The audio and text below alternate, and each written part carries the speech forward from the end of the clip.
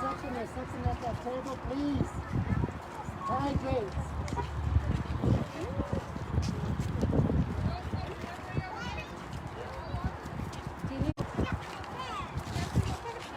Hey Steve, thanks for watching.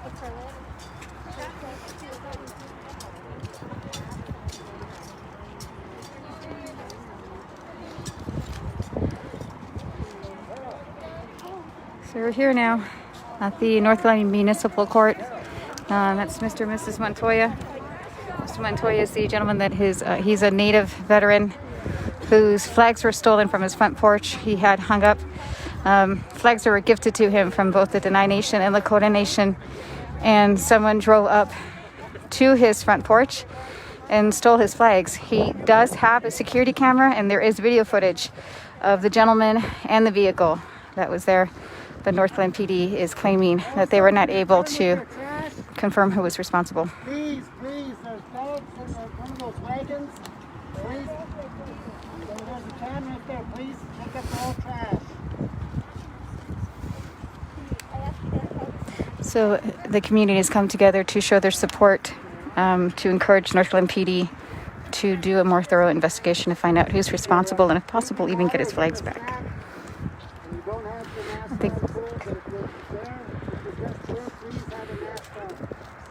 The flags that we do see right now are flags that have just been gifted to him today.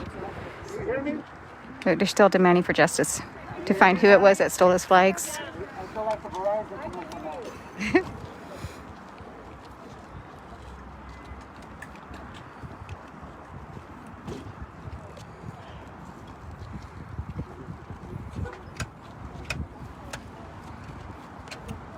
Thanks for watching, Steve.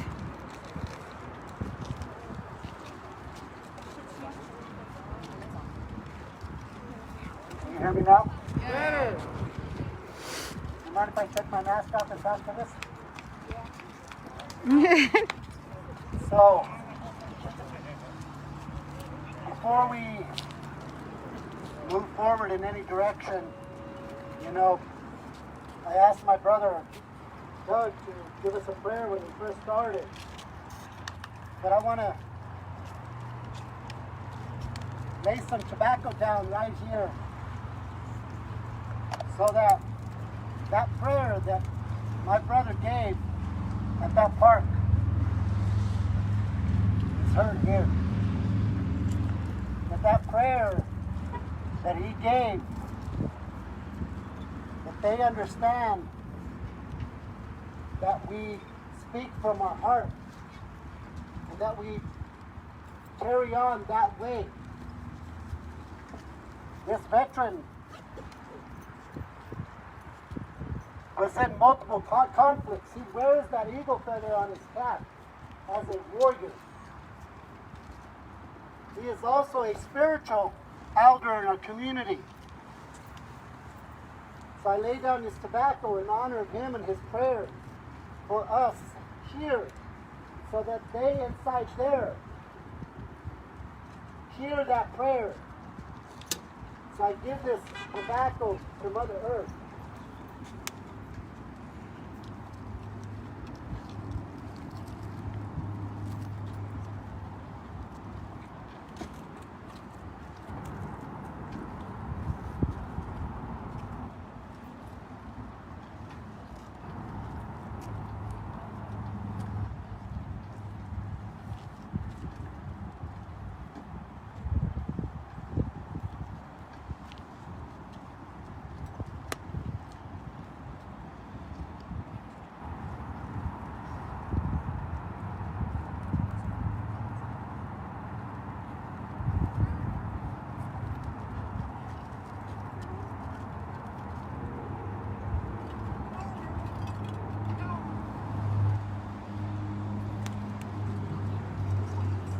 I do gotta say though, that walk was like dancing the extended grand entry and then going into your competition 2 songs. I thought I was the only one breathing hard and looked around and all you could see was everybody's mask going.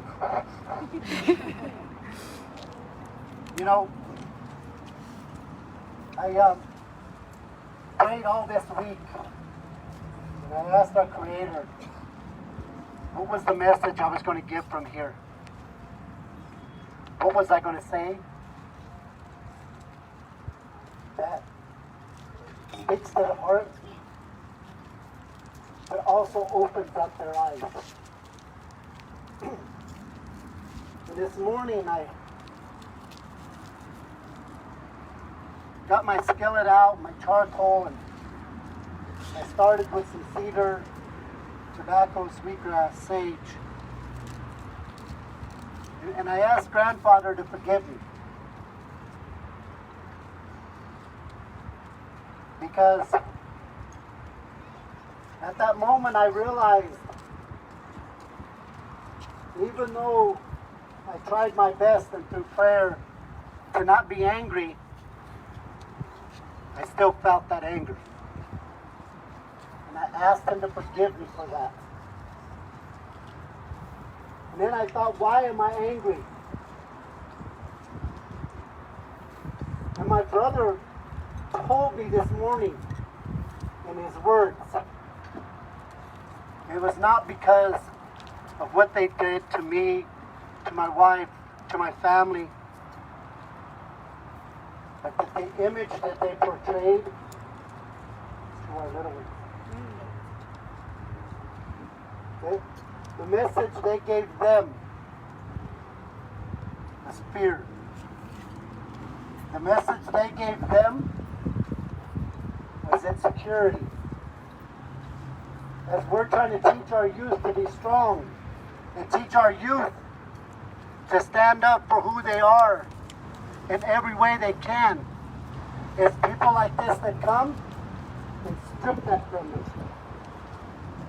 And for that, I asked Grandfather to forgive me, because for that, I'm hurt and I'm angry.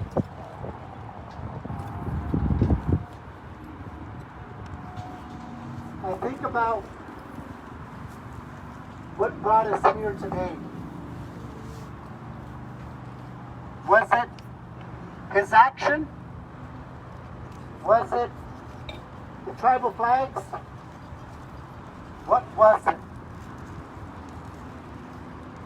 And I think it comes down to the violation of rights.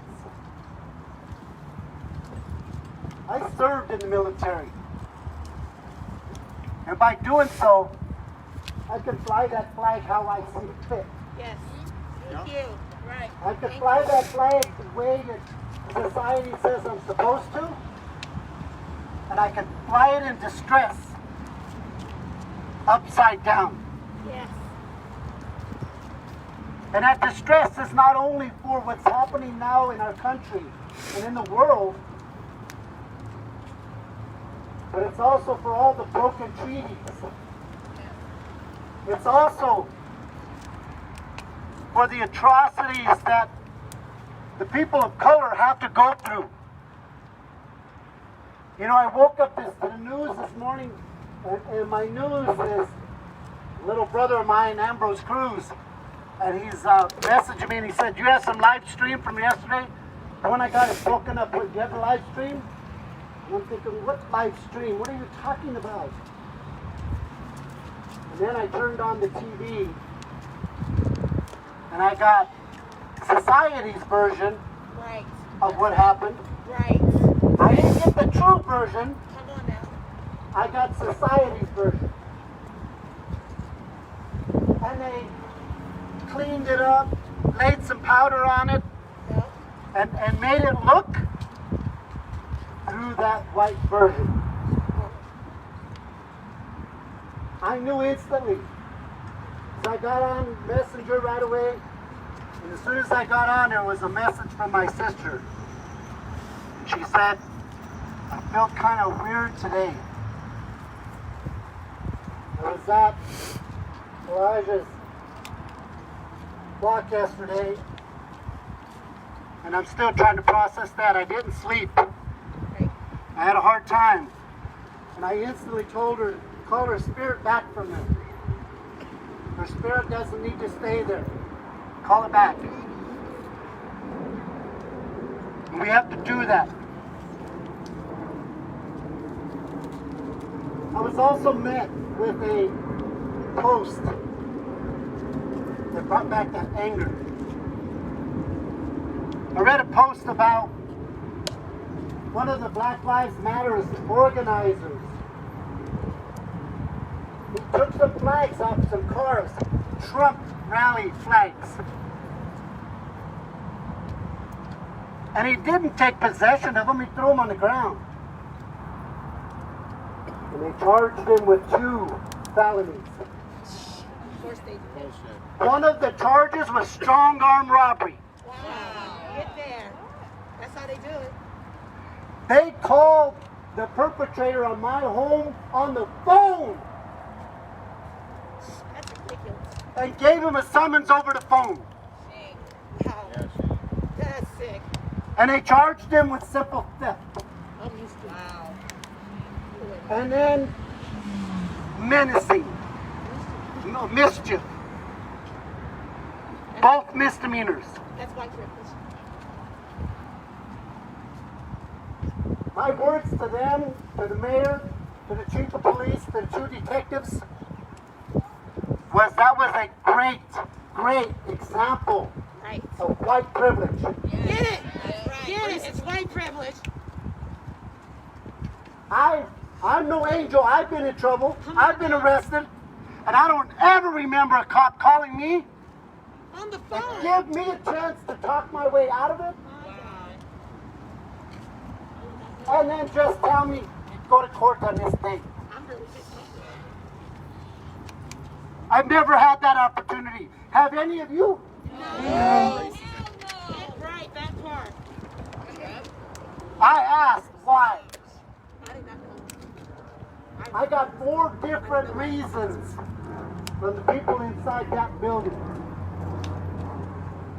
The first reason I got told is why they didn't charge him with a hate crime or an ethnic intimidation was that he was at a barbecue, and that the barbecue was for his friend that was a veteran that passed away. And then when he came by and he seen my flags, they disrespected him. That's why he did it. So I instantly said, what about the disrespect to me, my family, and my home? Right. And then they changed it.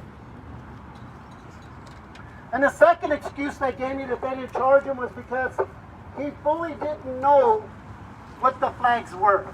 It was still on your property. So I said, well, how was he disrespected if he didn't know what the flags were? There you go. Don't double talk me. That's what they do. I didn't fall off the turnip truck this morning. Come on now. So the third reason was because when he came up to my house, the American flag was upside down. And that's why he took it. They didn't mention the tribal flags, they just said the national. But yet my tribal flags were taken too. And then the fourth one that I got from the chief of police was the reason they're not charging him with a hate crime or ethnic intimidation was because my flags were not in full open. They were not furled. They were not unfurled. And that's why he took my flags. And they're not going to charge him. So I said, oh wait, the wind had to be part of the charge. In order for the flags to be open, the wind had to play part. So I got a call then yesterday, was it yesterday from the city manager? Friday from the city manager. And she said that she had interviewed the 2 detectives and the chief, and the information that I'm giving her, she didn't know about. I said, oh wait, that's not the beginning of it. You see, before it happened, there was a young man on a pedal bike that scoped out my house. I have video, I have a Ring camera and I have a security camera. He rode back and forth in front of my house, not just like riding the bike down the street, literally coming in towards my sidewalk looking at my house and moving out. He did that about 3 times. Then the 4th time, decided to don a Confederate flag and tie it on his neck. Really? Right in front of my house.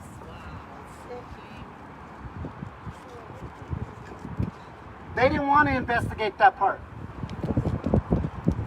I also asked, why wasn't the person on the motorcycle investigated?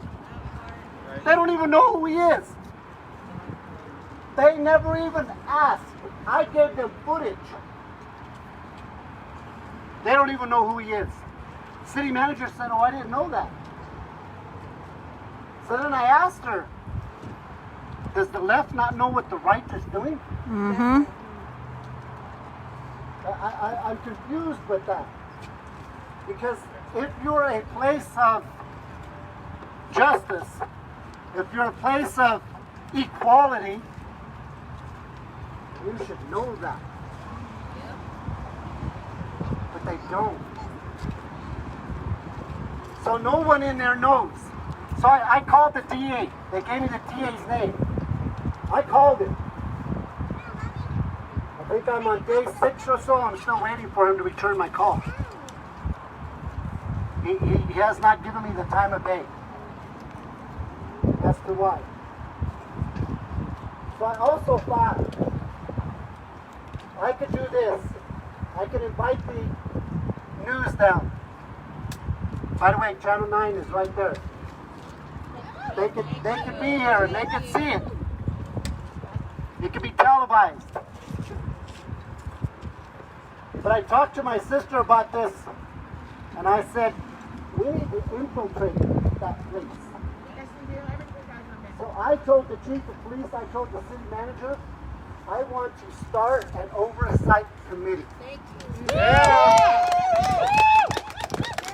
I want to know.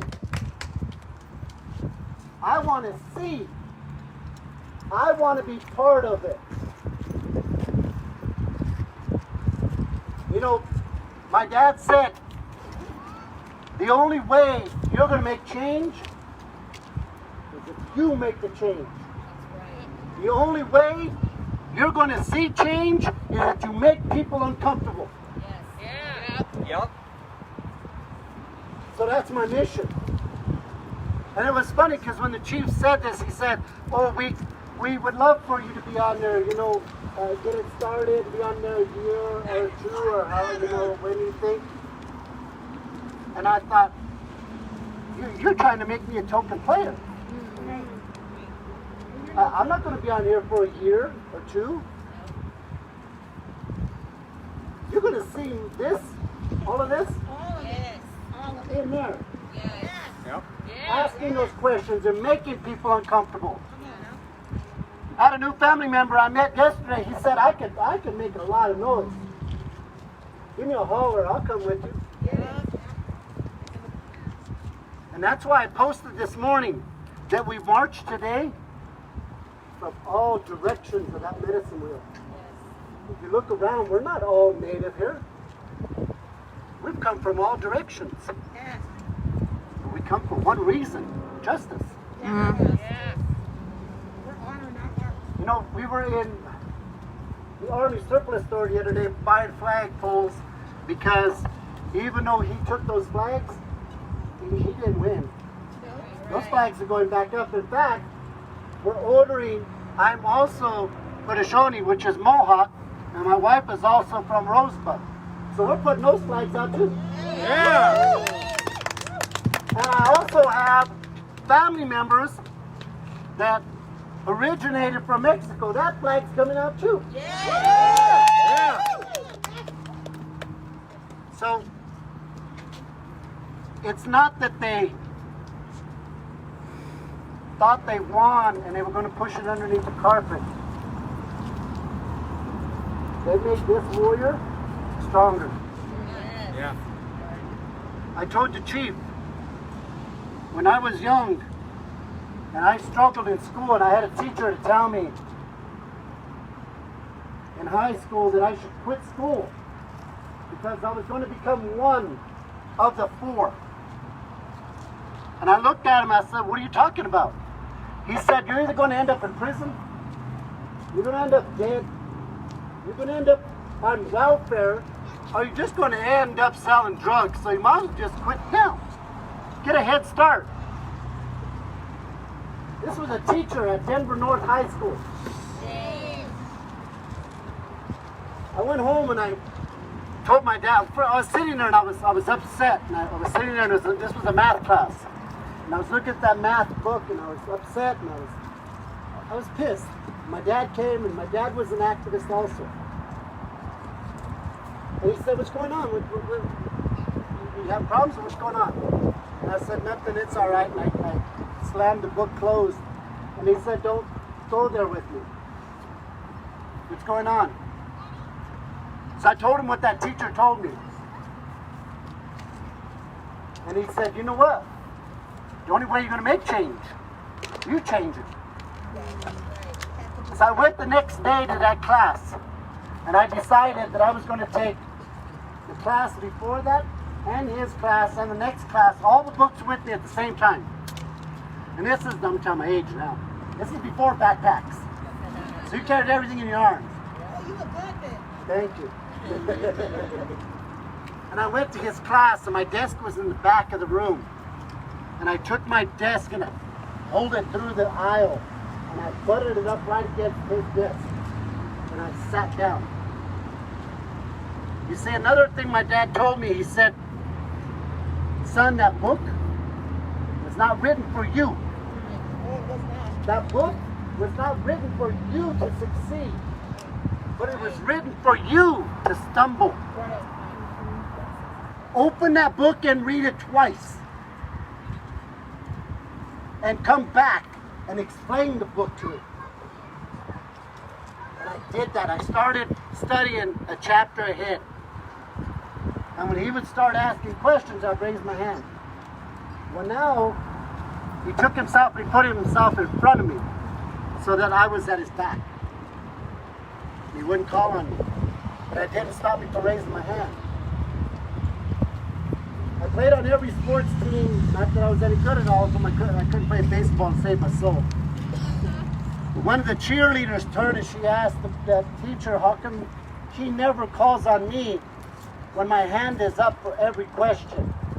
And he turned around, and I'm going to give my age again, and he handed me a piece of yellow chalk. And he said, go ahead, go to the board and get it wrong.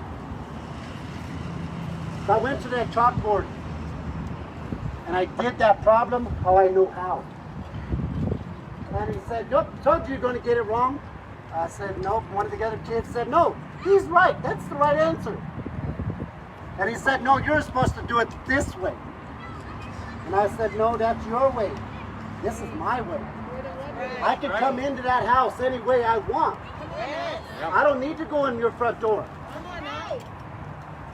And he kicked me out of class because I was being disruptive.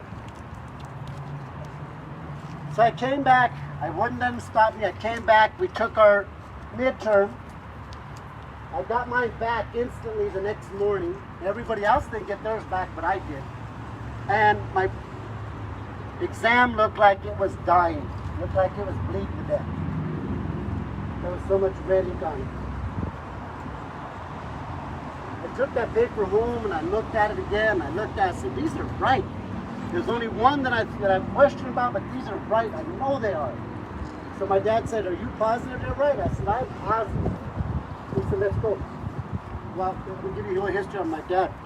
My dad was about 5'5", weighed about 100 and maybe give or take 40 pounds. Was about 10 sticks of dynamite. He said, let's go back. We went back to North High. We sat down.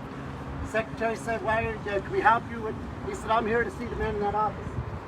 She said, well, you have to make an appointment. He said, I did. I just did with you.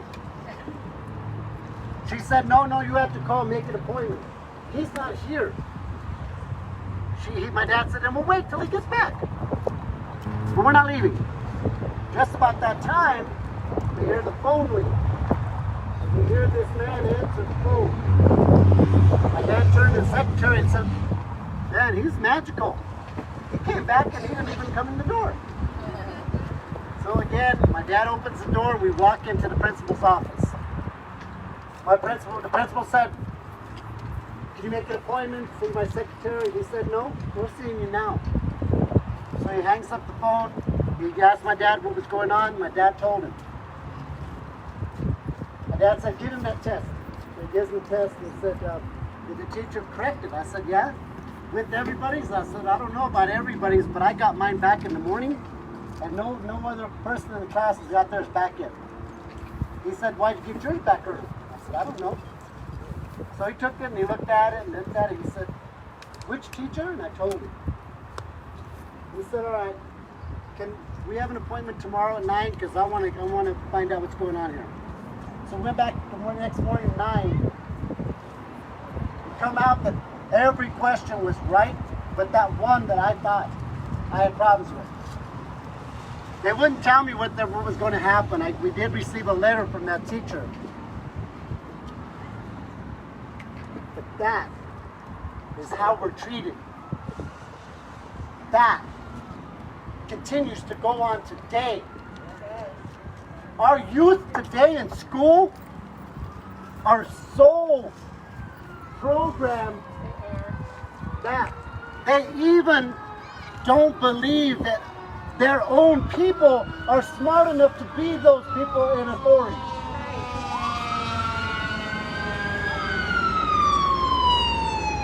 I've had parents ask, I'm an educator. I've been in education for over 25 years. I've had parents say, Native parents, ask me if I was sure. It's not because they doubted me, it's because society taught them that we weren't smart enough. You have to decolonize them. My new family yesterday said, they touched my heart and they said, it's not that we did the things that happened, but we acknowledge that they happened, and it was our people that did them. And for that, I take my hat off to you. Today, I ask you, get in some trouble. Get in some good trouble. Don't stop at one thing and accept it. When they say you can't, you ask why. When they say you're not supposed to, tell them watch me. When they say you can't, tell them follow me. I ask you today from the bottom of my heart,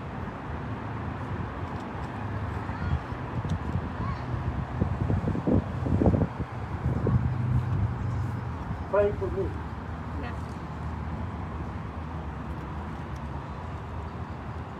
I will take on that building. I will take on what happens to that building. And I'm going to fight.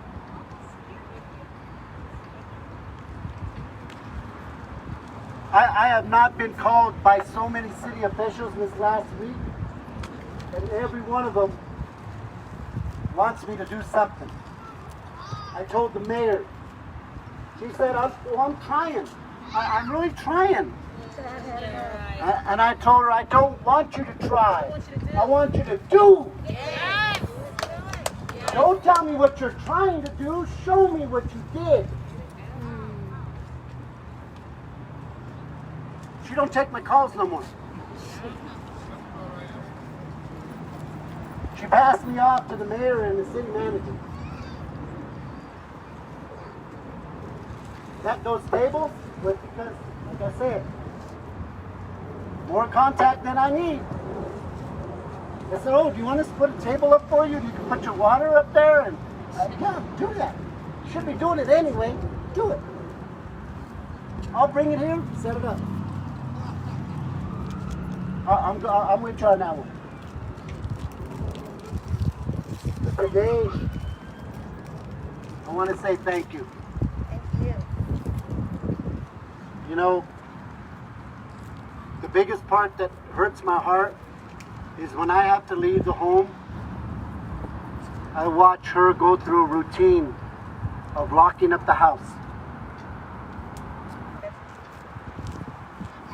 And I tease her about it. I say, oh, can I be paroled this morning, warden?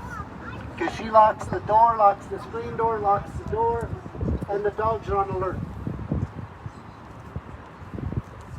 Because as much as she says, I'm not, I know. Because when I have to go, she says, where are you going? How long are you going to be? What time are you coming back?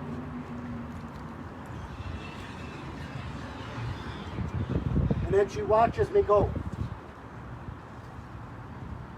One day we'll get past that fear. Because, I hate to say it, but you can't hold an engine down. You've been held down too long. You've been stifled too long. So to my veteran brothers,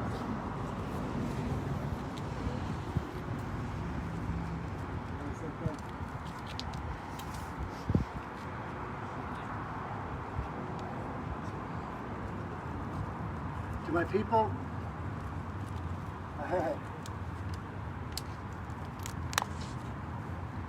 for your strength gives me my strength. One day when all this is gone and we don't have to social distance like we do, y'all invited to my house for a barbecue.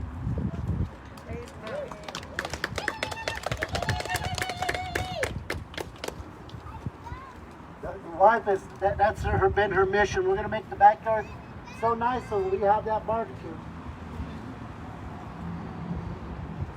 She sends my daughter pictures and says, look what we got, look what we did, look what we did.